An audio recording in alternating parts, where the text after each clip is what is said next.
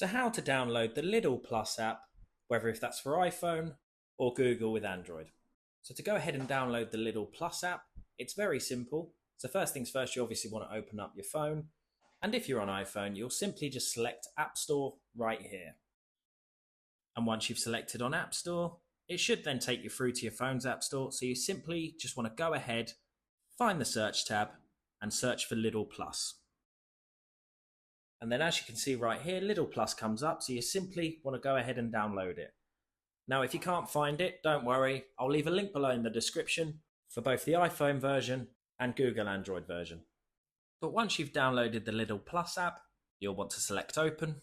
And then it takes you through to this page here. So to create your account, it should automatically give you the default country. So as you can see for me, it's the UK, but you can also change it from there as well.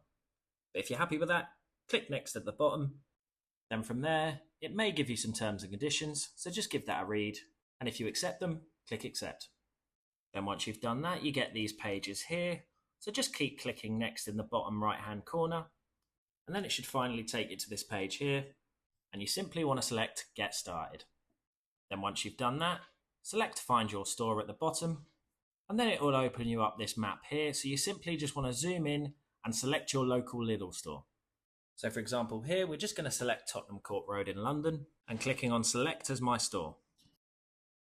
And then from there, you simply just want to go ahead and either sign into your account if you've got one or create a new one from there by selecting your email and password. So because I've already got a Lidl account, it's just asking me to sign in. So just go ahead and register your account from here. And once you've created your account, it should take you to the home page here. And it's as simple as that.